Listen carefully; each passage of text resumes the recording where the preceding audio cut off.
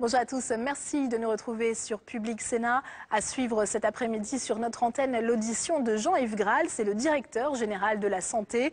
Il est entendu par la mission commune d'information du Sénat sur les implants et les prothèses à visée médicale, mais aussi esthétique. C'est Bernard Cazeau, sénateur socialiste de Dordogne et aussi rapporteur de cette mission qui l'interroge. Cette audition intervient après la publication la semaine dernière d'une étude en Grande-Bretagne qui estime que le taux de rupture des prothèses mammaires PIP s'élève entre 15,8% et 33,9% au lieu des 2 à 5% estimés auparavant. Je vous rappelle que d'après le dernier bilan diffusé par les autorités sanitaires en France mi-mars, 20% des femmes porteuses de prothèses mammaires PIP s'étaient fait retirer ces prothèses. Tout de suite, donc, direction la salle Médicis pour suivre cette audition. Bon après-midi à tous. Mes chers collègues, donc après une semaine d'interruption, notre mission d'information reprend ses travaux et nous accueillons aujourd'hui donc Monsieur Jean-Yves Graal, qui est directeur général de la santé, qui est accompagné de Madame Catherine Choma, sous-directrice de la politique des pratiques et des produits de santé, ainsi que Monsieur Jean-Luc Richon, qui est adjoint au chef du bureau environnement extérieur et produits chimiques à la DGS. Donc, comme vous le savez, la DGS est compétente en matière de santé publique et d'urgence sanitaire, mais vous êtes surtout au cœur de toute l'organisation administrative et donc au cœur de notre sujet. S'agissant tout d'abord des dispositifs médicaux implantables, nous souhaiterions que vous puissiez nous apporter des précisions sur les enseignements et les suites que l'on peut tirer du scandale PIP, mais aussi de l'affaire des prothèses de hanche depuis, qui depuis malheureusement a défrayé la chronique. Et bien que, bien évidemment, notre mission n'a pas du tout vocation à s'immiscer dans quelque procès que ce soit, c'est intéressant pour nous de voir quelles propositions de modification de la législation nous pourrions faire à l'issue de ces affaires. Nous devons aussi, comme vous le savez, raisonner en termes de sécurité sanitaire en matière d'intervention à visée esthétique, qui est un sujet qui est le deuxième gros sujet, j'allais dire, de notre mission, dans un contexte bien évidemment très différent, puisque ce sont des interventions qui sont pratiquées a priori sur des personnes en bonne santé, et donc nous attendons de votre part des précisions sur l'exercice de la médecine esthétique, notamment en matière de formation, mais aussi sur les différents types d'actes qui se pratiquent de manière de plus en plus courante dans une logique parfois plus commerciale, dans des commerces spécialisés comme le blanchiment de dents. Et là, l'interdiction de certaines pratiques se pose et j'espère que vous pourrez nous en dire plus à ce sujet. Donc je me dois de vous dire que cette audition est ouverte à la presse et au public, qu'elle fait également l'objet d'un enregistrement audiovisuel et qu'elle est retransmise en direct sur le site du Sénat. Donc je me dois de vous demander votre accord sur cette retransmission. Et je laisse la parole à notre rapporteur, Monsieur Cazeau, qui, après un propos introductif, a une série de questions à vous poser. Très bien, merci Madame la Présidente, Mesdames, Messieurs. Je vais vous poser 3 séries de questions. Vous avez eu certainement connaissance. Une première série plutôt sur la réglementation et sur son usage. Une deuxième série sur le développement de la médecine esthétique et une troisième sur l'encadrement de ces actes à visée esthétique tels qu'a pu les évoquer Madame la Présidente dans son préliminaire. Donc sur le premier groupe de questions, l'actualité récente a été marquée par la répétition d'incidents relatifs à la sécurité des dispositifs médicaux implantables. Pourquoi le dispositif de sécurité sanitaire et de matériaux-vigilance n'a-t-il pas été en mesure d'identifier plus tôt les déficiences des prothèses PIP? Et si on sort du cas PIP, qui est une des raisons de cette mission, qui elle relève plutôt de la fraude, il faut bien le dire, pourquoi l'alerte est-elle d'abord donnée ailleurs qu'en France? On prend l'exemple de l'Australie dans l'affaire des prothèses de hanche depuis, Quelles mesures ont été prises par la DGS? Alors là, c'est directement pour vous, tutelle de l'AFSAPS, pour prévenir la récurrence de tels événements ou en tout cas pour permettre une détection plus rapide. Déjà, vous avez matière.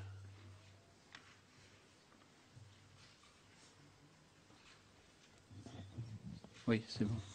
Madame la Présidente, Monsieur le rapporteur, Mesdames, Messieurs, je vais répondre à votre série de questions de la façon la plus concise possible. Et à cette première interrogation, souligner l'importance de la déclaration et du signal de la déclaration des effets indésirables et du signal de matériaux vigilants significatifs. Je pense, et les chiffres l'ont montré, que la détection à travers les signaux de matériaux-vigilance n'a pas été optimale dans la mesure où il y a eu très peu de déclarations jusqu'en mars 2010, date à laquelle, à la suite de l'inspection réalisée par l'AFSAP sur site et la découverte de la fraude elle-même, il y avait jusque-là relativement peu de déclarations et pas de signes au niveau de l'AFSAP, laissant apparaître qu'il y avait une importance quantitative de problèmes supplémentaires avec les prothèses PIP. Je pense que tout ce sujet de la déclaration des effets indésirables du système de vigilance est un des éléments clés de la sécurité sanitaire et de la surveillance du dispositif. Ce dispositif fait, à travers quelques chiffres, par exemple, nous avions de l'ordre de 40 déclarations d'effets indésirables, je crois, en 2009 sur les prothèses PIP. Pour vous donner un exemple, les déclarations ont été 11 fois plus importantes entre mars 2010 et décembre 2011 qu'elles n'avaient été entre 2001 et 2010. Et pour avoir un ordre d'idée, nous avons eu récemment les dernières données du recueil régulier de l'AFSAPS en matière de déclaration, et nous avons eu, ne serait-ce qu'au mois de mars 2012, près de 200 déclarations de rupture survenues en mars 2012, c'est-à-dire des ruptures cliniques ou des ruptures de prothèses PIP retrouvées à la suite d'échographies. Donc, actuellement, depuis la mise sur la lumière de ce drame, nous avons des déclarations régulières et très importantes de matériaux-vigilance qui se font alors qu'elles se faisaient sûrement moins avant. Donc, à la réponse, c'est il n'y a pas eu de signalement ou de signalement. Monsieur le directeur, ce n'est pas la déclaration qui a fait la rupture des prothèses. Non. Bon, c'est pas brutalement. Bon, vous avez eu ces informations parce qu'il y a eu ce problème des prothèses. Mais certainement qu'il y a eu pas mal de ruptures précédemment, hein, parce que ce n'est pas venu comme ça tout d'un coup. Absolument, c'est ce que je dis. Ouais. Ce que je vous demande, c'est pour quelles raisons, ou comment verriez-vous le problème de la connaissance, justement, et de la vérification? Parce que s'il n'y a pas de vérification, bon, c'est une affaire entre le chirurgien et sa patiente, et puis c'est terminé. Le niveau d'incidents retrouvés dans le cadre de la matériaux-vigilance, je viens de le dire, est un élément important. Deuxième élément, c'est les conditions même de l'organisation de la surveillance une fois sur le marché de ces prothèses qui posent problème. C'est-à-dire que nous avions d'une part des organismes notifiés qui faisaient des contrôles réguliers dans le cadre, je le dis, d'une fraude, donc avec des masquages, etc. Vous connaissez le sujet, et des inspections de l'autorité réglementaire qui est l'AFSAP, qui ne se sont pas déroulées, qu'il n'y en a pas eu, mais il n'y avait pas de signalement non plus à l'AFSAP, ni de matériaux-vigilance, ni de la part de l'organisme notifié. Je crois que c'est comme ça qu'on peut expliquer que les choses ont été... Oui, mais vous, qu'est-ce que vous en pensez, vous, de ça? Je pense que le système n'est pas, et l'a prouvé sur les dispositifs médicaux, optimal, et qu'il est nécessaire... C'est le moins qu'on puisse dire. Il est nécessaire d'apporter des modifications qu'on propose d'ailleurs dans ce sens-là. Alors... Ces propositions d'amélioration, elles viennent d'une part, nous sommes en train de travailler sur la réorganisation du système des vigilances. Nous avons remarqué que l'importance c'était qu'il y ait la possibilité de déclarer facilement, que ce soit clair, que ce soit lisible, et qu'il n'y ait pas de frein entre le déclarant et l'organisme chargé de traiter la déclaration. Donc on voudrait mettre en place un portail unique des déclarations de vigilance dans le pays, de rendre la déclaration aisée, facile, lisible, et surtout qu'il y ait un retour de la déclaration faite par le déclarant. Et troisièmement, de mettre aussi dans la boucle une articulation systématique avec le niveau régional. Ça, c'est pour les déclarations. Sur l'évolution même du système, tel qu'on vient de le parler, des organismes notifiés d'une part et d'autre part des inspections, c'est d'imposer tout d'abord dans l'information aux fabricants de communiquer à l'AFSAP toute interdiction, restriction imposée dans d'autres pays par l'autorité compétente de ce pays. D'autre part, d'asseoir un meilleur contrôle des organismes notifiés et de leur reconnaissance en tant que telle au niveau européen. Et puis, de sérier les dispositifs, ça existe déjà, et que les dispositifs particulièrement sensibles de niveau 3 soient soumis à une inspection régulière, au moins annuelle, par l'AFSAPS. Tout ceci nécessite, à mon avis, et c'est le cas, une coopération et surtout des demandes de modification de la législation européenne, laissant apparaître, et on le verra sûrement plus tard, la nécessité aussi de mettre en place un dispositif, c'est notre avis, un peu analogue à celui qui existe pour les médicaments, et notamment non seulement des études de pré- et post-exposition, mais peut-être aussi des études préalables à ce qui ressemblerait à une autorisation de mise sur le marché.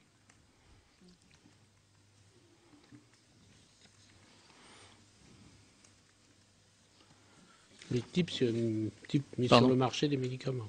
Pardon, excusez-moi. C'est vers cette. C'est ce qu'on propose. Ce système que. Nous ne sommes pas certains que les simples études pré- et post-exposition qui sont proposées ou qui seraient proposées dans ce cadre suffisent. Il nous semble que, en tous les cas, pour les dispositifs médicaux dont la nature est très hétérogène avec plusieurs classes, on a vraiment des choses totalement d'importance diverse, au moins que les dispositifs implantables, les dispositifs de classe 3, soient soumis, à minima, à des contrôles prémis sur le marché. Et comment travaillez-vous alors avec l'AFSAPS et la Haute Autorité de Santé pour assurer ce suivi des dispositifs médicaux après la commercialisation? Parce que vous avez encore aujourd'hui un article, bon, ça vaut ce que ça vaut puisque c'est un article de journal, mais à vérifier, mais qui est très, très dur sur la pratique des firmes de notification. Alors, je crois qu'effectivement, il y a une agence sanitaire d'une part et une autre autorité indépendante de l'autre part qui interviennent dans le dispositif.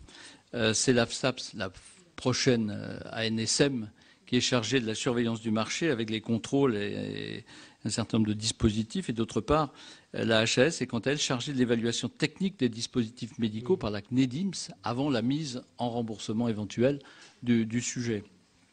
Alors, pour ce qui nous concerne, nous sommes l'autorité qui a la tutelle et le pilotage de l'AFSAPS, futur ANSM, et nous sommes en train de mettre en place les dispositifs dans le contrat d'objectifs et de performance qui va nous lier, de façon à assurer réellement ce pilotage sur les missions et sur le contrôle.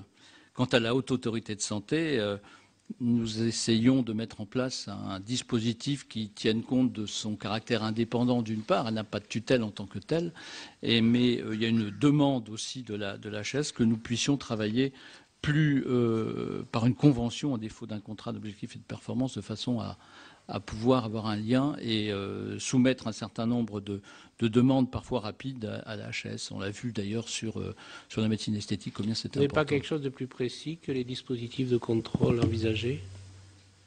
C'est très vague ce que vous nous dites. Là. Eh bien, je vous dis que la FSAPS... Vous nous dites on est en train de mettre en place des dispositifs. D'accord, lesquels?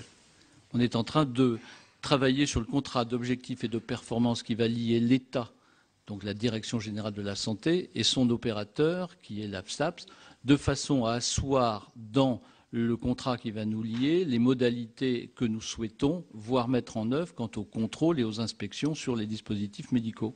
On est en train de le mettre en œuvre à l'heure actuelle. Vous êtes en train de le mettre en œuvre, donc il n'y a pas de... Il n'y a pas d'autres éléments à l'heure précision actuelle. Particulière. Non, je n'ai pas de précision à vous apporter là, très factuelle. Vous êtes en train de le mettre en œuvre. Voilà. Et c'est pour quand la mise en œuvre? Alors, la création de l'ANSM est sur le point de se faire et nous nous donnons 3-4 mois pour réaliser ce contrat d'objectifs et de performance qui a vocation à asseoir réellement le pilotage stratégique de la part de l'État sur son opérateur en mettant en évidence dans ce contrat ce que nous souhaitons voir mettre en œuvre, c'est-à-dire l'inspection régulière, le contrôle et un certain nombre de dispositions qui permettront de s'assurer, comme c'est de bon usage entre l'autorité et son opérateur, de la sécurité sanitaire nécessaire. Très bien. Alors, pour surmonter l'insuffisance du marquage CE, pour assurer une bonne qualité de tous les dispositifs médicaux implantables, l'instauration d'une obligation de réaliser des essais cliniques qui seraient pré- ou post-inscription, vous semble-t-elle une mesure qui permettrait de remédier aux insuffisances actuelles et sont-elles réalisables, bien sûr? Je pense qu'il est en tous les cas nécessaire de mettre en place des dispositifs qui s'assurent d'un bénéfice-risque de l'ensemble de ces dispositifs. Je parlerai des dispositifs à haut risque, niveau 3 essentiellement. Et comme je vous le disais précédemment, il est sûrement intéressant... C'est de cela dont on parle, le niveau 3. Oui, non, mais... comme je vous le disais précédemment, il me semble que ces études cliniques pré- et post-inscription sont certes intéressantes, apportent certainement un plus, mais à notre sens, ne sont pas forcément suffisantes. Et là encore, je pense qu'il vaut mieux, nous sommes plutôt dans l'idée qu'au-delà de ces études et ces essais cliniques, qu'on aille vers une organisation analogue à ce qui existe pour le médicament, avec des dispositions d'autorisation de mise sur le marché. C'est en ce sens que nous avons saisi la communauté européenne. Vous allez de plus en plus vers ramasser les deux, médicaments et dispositifs. Hein? Sur le fonctionnement, oui. Sur le fonctionnement, oui, c'est ce qu'on souhaiterait. Oui. Sur la surveillance. Sur l'établissement des conditions, laissant apparaître qu'on peut mettre sur le marché un médicament d'un côté, c'est pas l'objet, mais les dispositifs aussi, parce qu'à l'heure actuelle, ce n'est pas le cas. Ce sont des établissements qui ne sont pas des établissements pharmaceutiques qui peuvent mettre sur le marché et avoir un marquage CE par des organismes notifiés du moment qu'il est européen. Et après, Pour tous les classes 3 ou juste sur une liste positive? C'est plutôt tous les classes 3.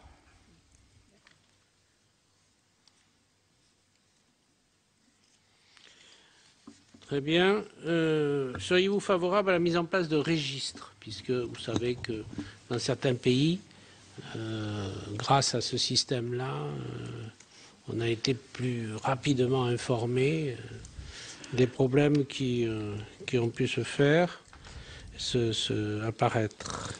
Oui, je suis pour ma part persuadé que les registres sont des outils très importants, très utiles pour suivre l'évolution dans la vraie vie de ces dispositifs implantés.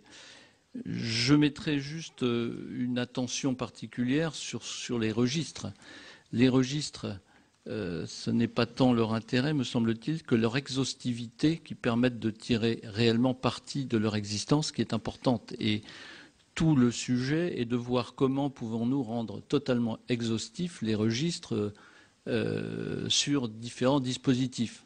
Alors ça se passe en lien avec les sociétés savantes, bien évidemment, il y en a qui existent. On a un registre par exemple sur les prothèses de hanche qui existe avec la Softcode. Oui, mais ils se plaignent justement d'avoir les moyens d'avoir des registres qui soient vraiment performants.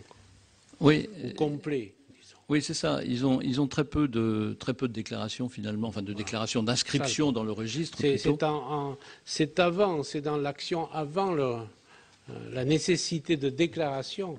Voilà. À ce niveau-là, je crois que vous devez...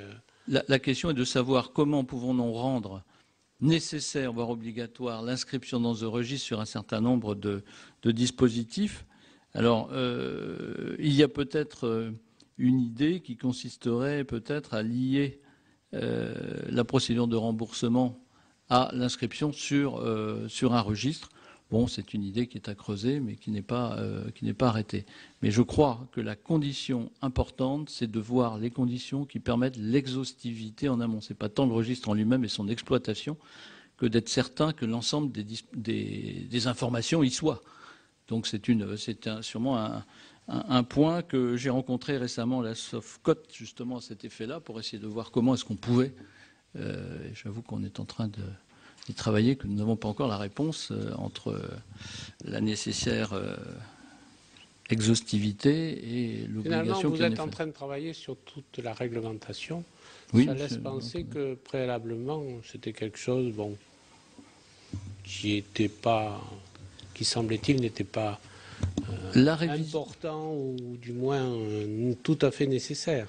La révision de la directive européenne sur les dispositifs médicaux a commencé il y a plusieurs mois, bien avant l'affaire, entre guillemets, des prothèses PIP.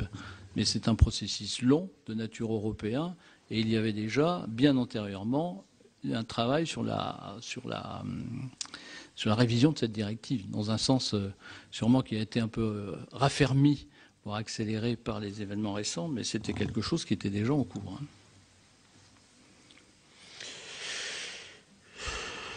Ne faudrait-il pas également élargir l'accès aux bases de données existantes comme DAMED? Oui, bien sûr.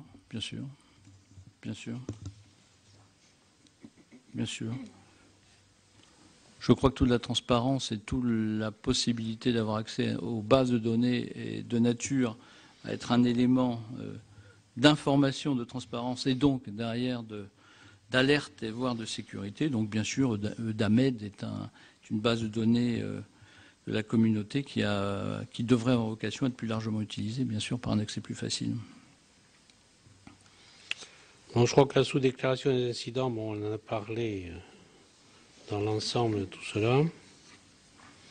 Et de même que l'interprétation des déclarations d'événements indésirables graves. On va passer au développement de la médecine esthétique. Avez-vous des éléments chiffrés quant au nombre de médecins pratiquant la médecine esthétique et chiffrés pour les actes les plus pratiqués? Les médecins et les actes. Nous n'avons pas d'éléments chiffrés à vous fournir au niveau de la DGS à l'heure actuelle. Je crois que ça tient au fait, justement, et on y viendra sûrement après, au besoin de cadrage de l'enseignement et de l'individualisation de la discipline en tant que telle. À l'heure actuelle, ces actes de médecine esthétique sont pratiqués par plusieurs spécialités, par plusieurs spécialités. Et il est bien difficile d'avoir un chiffrage à cet effet-là, dans la mesure où la discipline de médecine esthétique en tant que telle n'existe pas stricto sensu. D'accord. Et à votre avis, ces médecins, ils sont bien formés? Est-ce qu'ils ont des formations suffisantes? Ou est-ce que chacun fait un petit peu sa petite tambouille? Et quelles sont les pistes éventuellement, si vous estimez que ce n'est pas suffisant, que vous envisageriez pour l'améliorer? Je crois que tout le monde voit bien la nécessité absolue d'encadrer, c'est d'ailleurs prévu par la loi, d'encadrer la pratique de la médecine esthétique. De ma part, je pense qu'il faut une formation adaptée spécifique. Je ne suis pas certain que la formation de diplôme d'université soit, à mon sens, suffisante. On parle des médecins, là, hein? Oui. Uniquement, hein? Oui. Bon, d'accord. Oui. Que la formation pour les médecins de diplôme universitaire soit, enfin, DU ou DU soit suffisante. Je suis plutôt partisan d'une formation spécifique reconnue nationalement. Je pense plutôt pour un diplôme d'études spécialisées complémentaires, un DESC, sur le sujet. Les dermatologues vous diront qu'ils sont spécialisés pour pas mal d'actes et qui n'ont pas à revenir sur...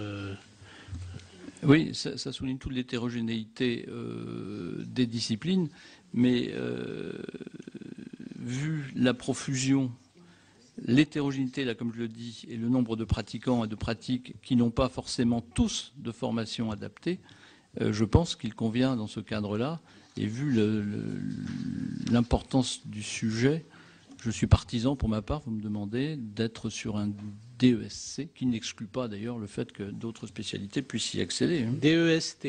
Oui, DESC, oui. Un desk. D'accord. À mon avis, c'est un gage de qualité. C'est intéressant. Formation, ouais. Je pense que c'est par une formation spécifique de haut niveau, homogène au niveau du pays, que on peut arriver à ça. Du moins, c'est mon avis sur le sujet.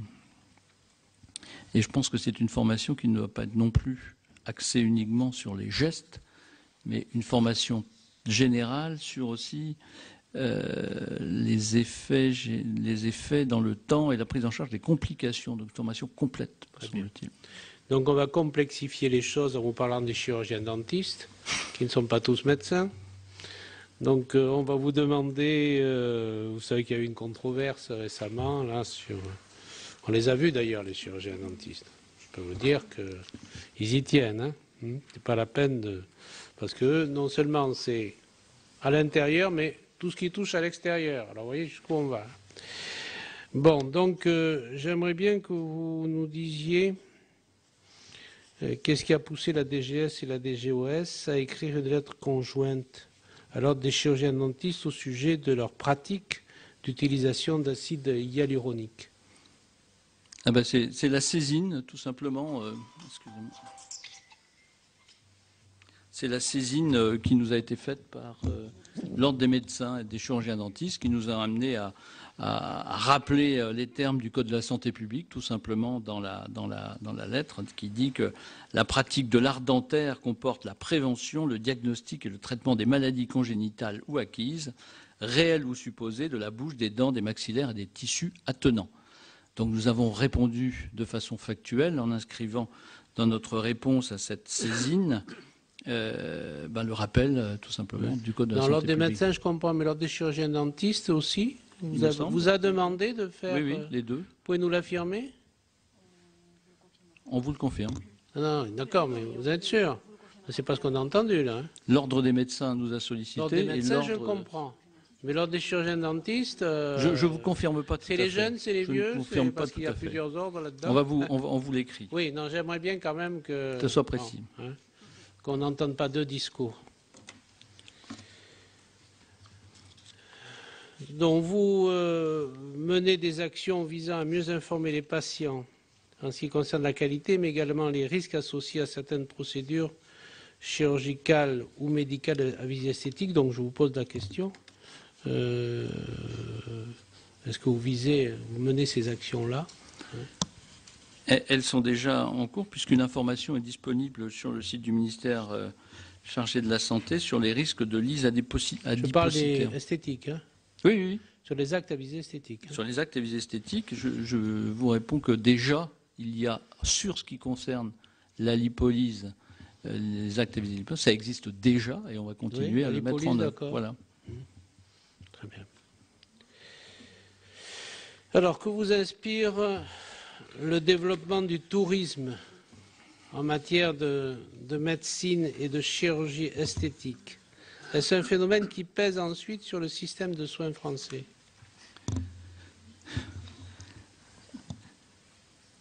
C'est un phénomène qui est susceptible de peser sur le système de soins français avec les complications qui peuvent survenir une fois le retour sur le sol métropolitain. Et d'où l'importance, à mon sens, que les personnes qui vont recourir à ce type d'acte, quel qu'il soit, à l'étranger, s'informent bien sur la qualité, sur la nature des actes et la nature de l'environnement qui permettent d'éviter les complications. C'est un phénomène qu'on voit fleurir effectivement de plus en plus. Moi, j'appelle quand même à une certaine vigilance quant aux critères de qualité dans les pays ou dans les établissements où ça se réalise en dehors, puisque se repose derrière le problème de ces complications dont je n'ai pas à l'heure actuelle d'état des lieux sur le chiffrage de ce qu'on peut voir arriver dans nos établissements ou auprès des praticiens. Derrière, vous savez comment ça se passe?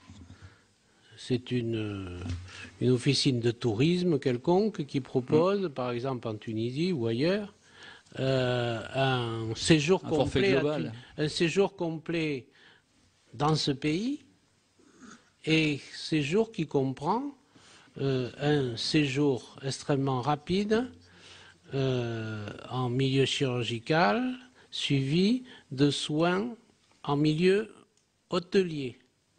Donc, est-ce que vous, bon, les gens, vous pouvez leur dire ce que vous voudrez à certains, ma question, elle est plutôt dans le sens, est-ce que vous êtes capable de réglementer ces officines de tourisme qui proposent cela, parce qu'elles le proposent en France?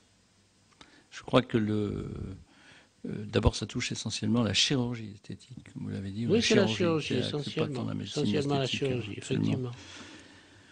Mais c'est pire, parce que chirurgie, oui. 24 heures d'hospitalisation et on fait les soins à l'hôtel ensuite, c'est pas quand même quelque chose de spécialement adapté à ce type d'intervention. Sur le dispositif lui-même, nous n'avons pas d'action à l'heure actuelle qui soit mise en œuvre, très honnêtement. Je pense que c'est une réflexion qu'on doit mener avec la Direction générale de l'offre de soins et de juger d'abord de l'effectivité. Je pense que là aussi on a un besoin de mesurer, si tant est que c'est possible, les effets entre guillemets secondaires de ces interventions à l'extérieur, savoir s'il y a beaucoup, si ça repose sur nos systèmes de soins en complications derrière. On a sûrement un travail, je ne sais pas si c'est très facile à relever, et derrière effectivement de se poser la question avec l'ensemble du ministère de la possibilité ou la nécessité de légiférer ou de mettre des règles. C'est une question que vous posez. Pas... Oui, non, je n'ai pas de réponse formelle sur ce sujet. D'accord. Alors, pour prendre les dernières questions sur l'encadrement de ces actes à visée esthétique, qu'est-ce que vous inspire le développement, et puis on va en voir tout à l'heure à travers une table ronde, le développement d'actes à visée esthétique qui sont pratiqués par des professionnels non médecins et non chirurgiens dentistes. Non médecins, non chirurgiens dentistes, souvent à partir d'équipements ou de produits d'origine médicale. J'ai d'ailleurs reçu dans ma boîte aux lettres il y a 3 jours une publicité pour le laser, un nouveau laser, et on m'a invité à aller le voir à Toulon. Vous pensez bien que je ne vais pas aller à Toulon, hein. On m'a invité à aller voir la démonstration à Toulon, par exemple, un laser pulsé. Donc j'aimerais bien savoir ce que vous pensez de cela. Alors, j'estime que cette situation telle que vous la décrivez n'est pas satisfaisante du fait de l'absence de texte réglementaire d'encadrement qui puisse indiquer très clairement qui peut faire quoi et comment. De plus, ce vide réglementaire, me semble-t-il, peut être utilisé en mettant en avant l'élaboration par certains professionnels de normes avec l'aide de l'AFNOR sur des actes à visée esthétique à risque sérieux qui peuvent favoriser le développement d'une activité esthétique sans limite sécuritaire, ce qui m'amène à dire qu'il est important important d'avoir rapidement des dispositions d'encadrement, ce que nous avons fait et ce qui est en cours. Un article du Code, le L 1151.2, permet au ministre de la Santé d'encadrer les actes à visée esthétique qui présentent un risque sérieux pour la santé des personnes. Un décret précisera la qualification et la formation des professionnels de santé qui pourront pratiquer des actes à risque sérieux et dans quelles conditions. Un décret à venir. Un décret à venir. Il faut absolument que les actes à risque sérieux, il n'est pas envisageable qu'il ne puisse pas être effectué par des professionnels compétents. Nous avons 3 décrets de préparation, un décret d'encadrement des actes à visée esthétique réalisés par les médecins, qui sera suivi par un décret pour les chirurgiens dentistes et un décret pour la profession d'esthéticien. Le premier décret est prêt, il a été concerté. Alors le premier décret permet sur les médecins. Sur les médecins, oui. Qui sur les exigences de pratique. Les exigences en termes de pratique d'actes de médecine esthétique, particulier à risque sérieux, est prêt. Les 2 autres sont en cours. Alors le deuxième décret, c'est sur les dentistes? Sur les esthéticiennes et un 3e sur les chirurgiens dentistes. On en a 3. Le deuxième décret, c'est sur les esthéticiennes. Voilà. Et le 3e sur les dentistes. Sur les chirurgiens dentistes. Chirurgiens dentistes. Et le premier est en attente de... sont à venir. Les décrets sont à venir. Le premier est prêt et a été largement concerté. Les 2 autres sont en cours d'établissement. Oui, mais le premier, c'était le plus facile. Ah. Mais il est prêt quand même. Il est prêt, mais c'est déjà pas mal. Oui. Hein? Absolument. C'est déjà un bon point. Bon. Et vous ne voyez pas à quelle dimension du temps les autres vont pouvoir sortir? Ce projet est fini, a été transmis à l'autorité signataire et nous attendons la publication. Pour ce qui nous concerne, le décret est fait, transmis. Très bien. Donc, je crois que vous avez répondu à ma deuxième question sur les procédures d'interdiction.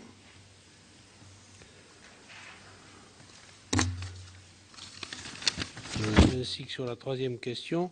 Et il y a une question que je voulais vous poser. Oui, comment comptez-vous rebondir après l'annulation partielle par le Conseil d'État du décret du 11 avril 2011 relatif à l'interdiction des techniques de lyse adipocytaire? Oui, ce décret donc a été porté au Conseil d'État par des différentes associations, organisations professionnelles et a finalement été entre guillemets séparé en 2 avec la reconnaissance de l'interdiction pour les pratiques, j'allais dire, effractives au niveau lipocytaire et la non-reconnaissance de l'interdiction pour les pratiques extérieures, j'allais dire externes. Donc nous avons ressollicité à la fois la Haute Autorité de Santé et l'ANSES de façon à nous éclairer sur la reformulation et l'établissement d'une disposition qui soit plus adaptée. Donc nous sommes actuellement en attente de leurs avis. J'ai demandé aussi un avis à la HAS, c'est un peu à part, mais ça y concourt quand même, concernant les risques liés à l'utilisation des ultraviolets et des produits de comblement et de la mésothérapie. Très bien. Alors, on va vous parler des barres à sourire, marque déposée par Sephora. Alors, à Périgueux, 2 barres à sourire se sont ouverts cette semaine. Bon, comme je suis périgourdin, je vous le dis, mais ça veut dire qu'il y en a quand même pas mal. Si dans une petite ville, il y en a déjà 2 qui ouvrent par semaine, ça doit, bon. Alors, quelles mesures avez-vous prises afin de vous assurer qu'ils respectent la réglementation, notamment en matière de concentration de produits utilisés? Quels sont les produits d'ailleurs? Donc le peroxyde d'hydrogène, donc. C'est le peroxyde d'hydrogène, oui. Voilà. Et alors, nous collaborons à l'élaboration d'une directive du Conseil, d'une directive européenne du 20 septembre 2011, qui maintient la restriction d'emploi du peroxyde d'hydrogène des autres composés au mélange libérant du peroxyde dans les produits bucco-dentaires. Cette directive récente prévoit que les produits de blanchiment contenant une concentration en peroxyde d'hydrogène comprise entre 0,1% et 6% pourront être mis sur le marché, mais qu'ils pourront être vendus uniquement à des chirurgiens dentistes. Et cette directive européenne est en cours de transposition dans notre droit. Et 6%. Entre 0,1 et 6%. Donc, exclusivement vendu auprès aux des chirurgiens professionnels. dentistes. Aux professionnels. Oui. Tout simplement, la base fondamentale de cette directive est que l'opération de blanchiment des dents doit être précédée d'un examen dentaire pour éviter des effractions et des lésions importantes de dents en mauvais état, notamment sur les mailles, avec des douleurs importantes qui peuvent survenir. Cet encadrement préalable à l'utilisation de ce genre de produit justifie bien sûr que les chirurgiens dentistes soient au premier lieu intéressés, étant les seuls à pouvoir faire bien évidemment un examen de la dentition préalable. Alors les barres à sourire, il faut que ça soit moins de 0,1%. Ça n'empêche que le produit en lui-même est un produit qui nécessite, comme je vous le disais, de par son agressivité, d'avoir un bilan dentaire. Donc la limite est entre 0,1 actuellement. Vous le lisez dans le journal, mais personne s'en inquiète. Si, on s'en inquiète pour les raisons que je viens de vous affirmer, oui. Oui, d'accord.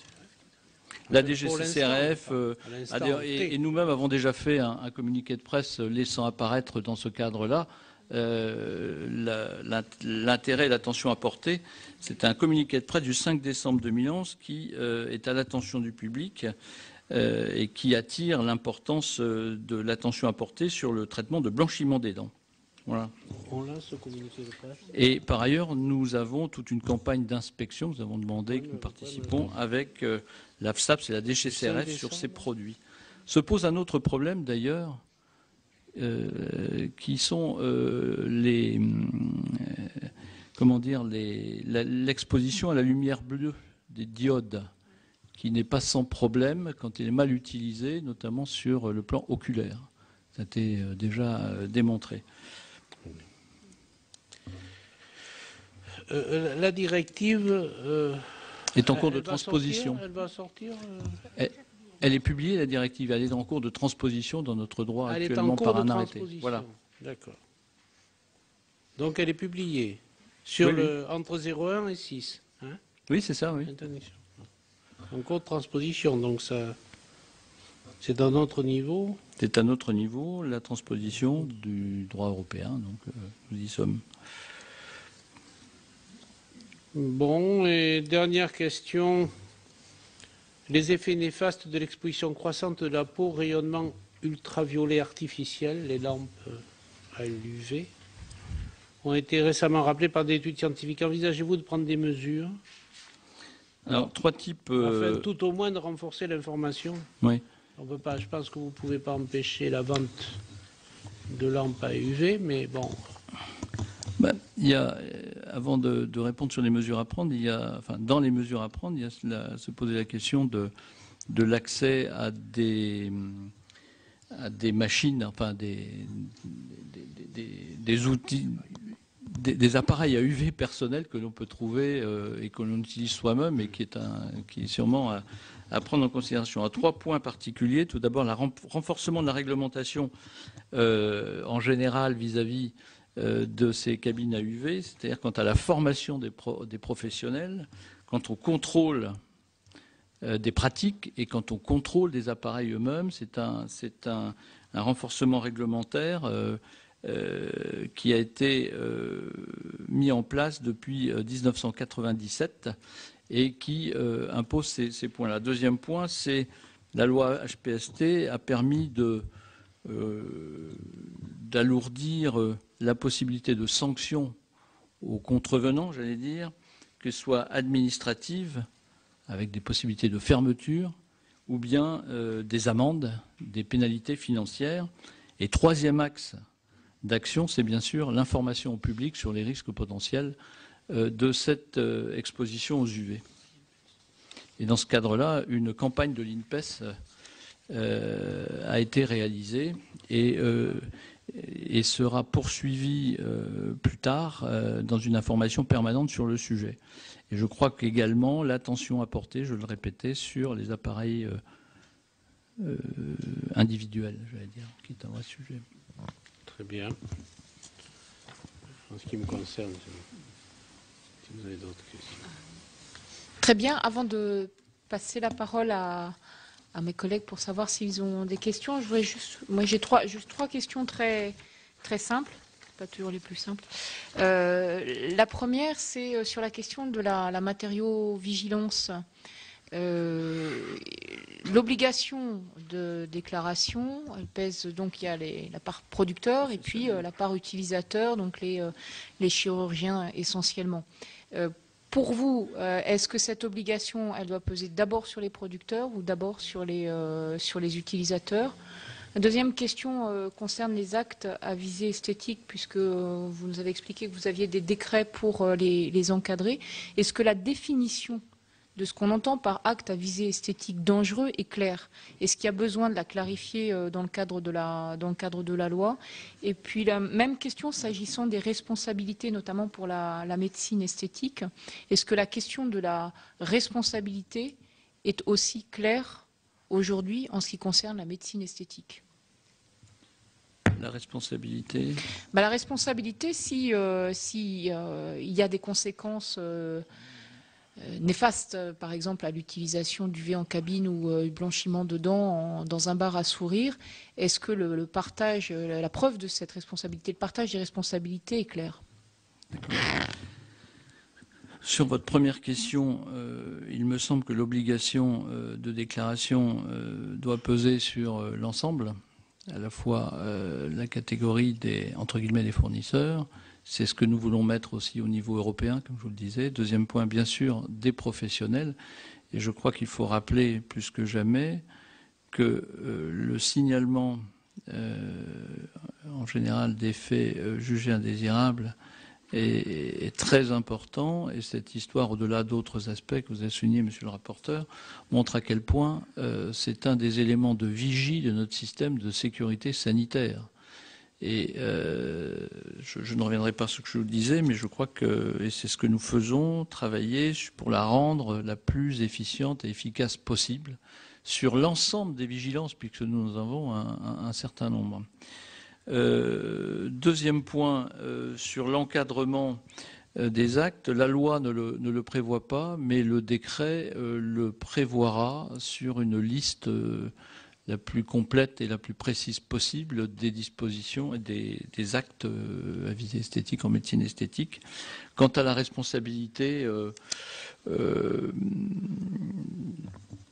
crois qu'elle est clairement, me semble-t-il, à travers l'effecteur même de l'acte, relativement clair, me semble-t-il.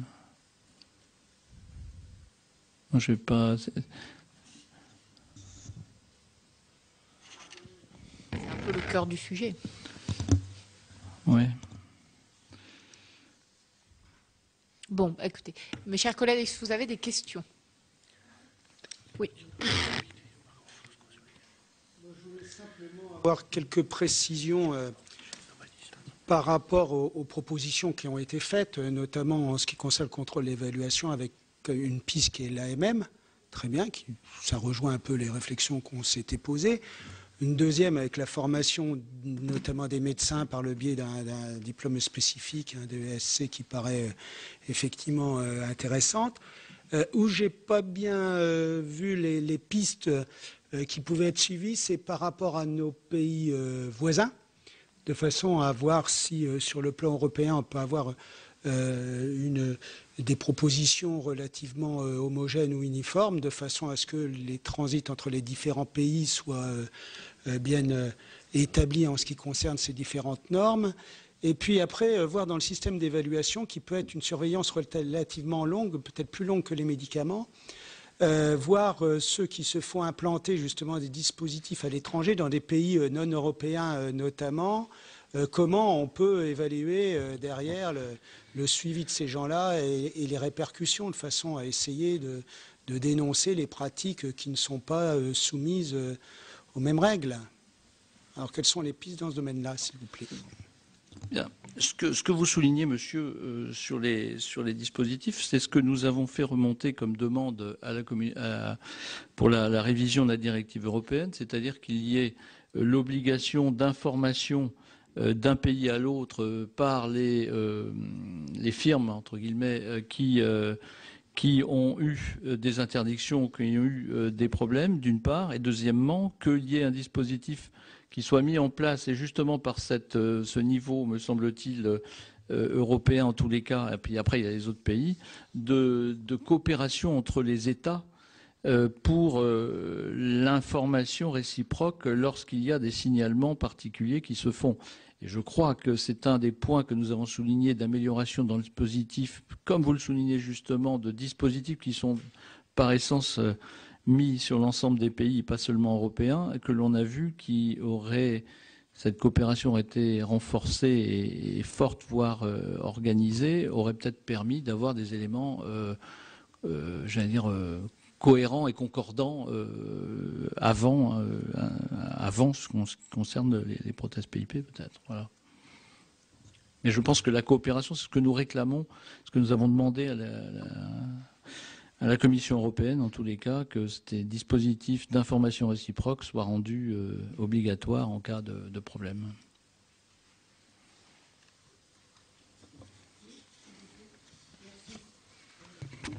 Oui, bien sûr, le tourisme à visée esthétique est de plus en plus développé, on vient de le dire, et c'est une réalité. En conséquence, j'allais dire, les réactions néfastes qui peuvent exister, est-ce qu'elles sont prises en charge après par la sécurité sociale? Est-ce que les médecins qui découvrent, j'allais dire, ces patients, qui viennent les voir pour se faire soigner, est-ce que les médecins ne peuvent pas, eux, dénoncer directement, je pense qu'ils peuvent le faire, mais la prise en charge des actes, comment est-ce qu'elle se fait? Est-ce qu'on les prend en charge à 100%? Est-ce qu'on les prend en charge en fonction, bien sûr, du cas opératoire? Est-ce que c'est la sécurité sociale? Est-ce que c'est qui prend en charge ces dépenses, qu'elles soient hospitalières, d'hospitalisation ou bien alors de chirurgie? Est-ce que c'est normal? Voilà, c'est une question qui me pose problème.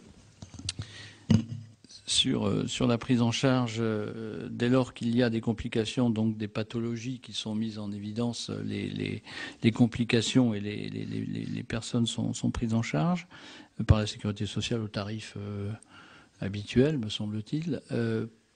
Par contre, ce que vous soulignez, madame, rejoint un peu le leitmotiv de ce que j'ai pu dire, c'est l'importance de la déclaration ou du signalement qui doit passer plus dans les mœurs, si j'ose m'exprimer ainsi, notamment de la part des professionnels. Et bien sûr, je pense que s'il y a des complications, des choses qui apparaissent comme étant rédhibitoires, que les professionnels signalent, effectivement.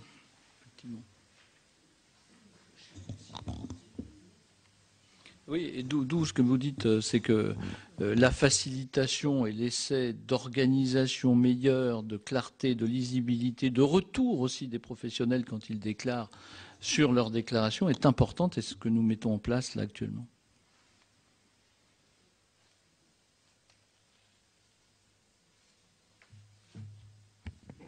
Ça répond à votre question. Est-ce qu'il y a d'autres questions? Non. S'il n'y a que les sénateurs qui sont autorisés à poser des questions. Mais écoutez, je vous remercie, monsieur le rapporteur, si vous n'avez plus de questions. Je vous remercie.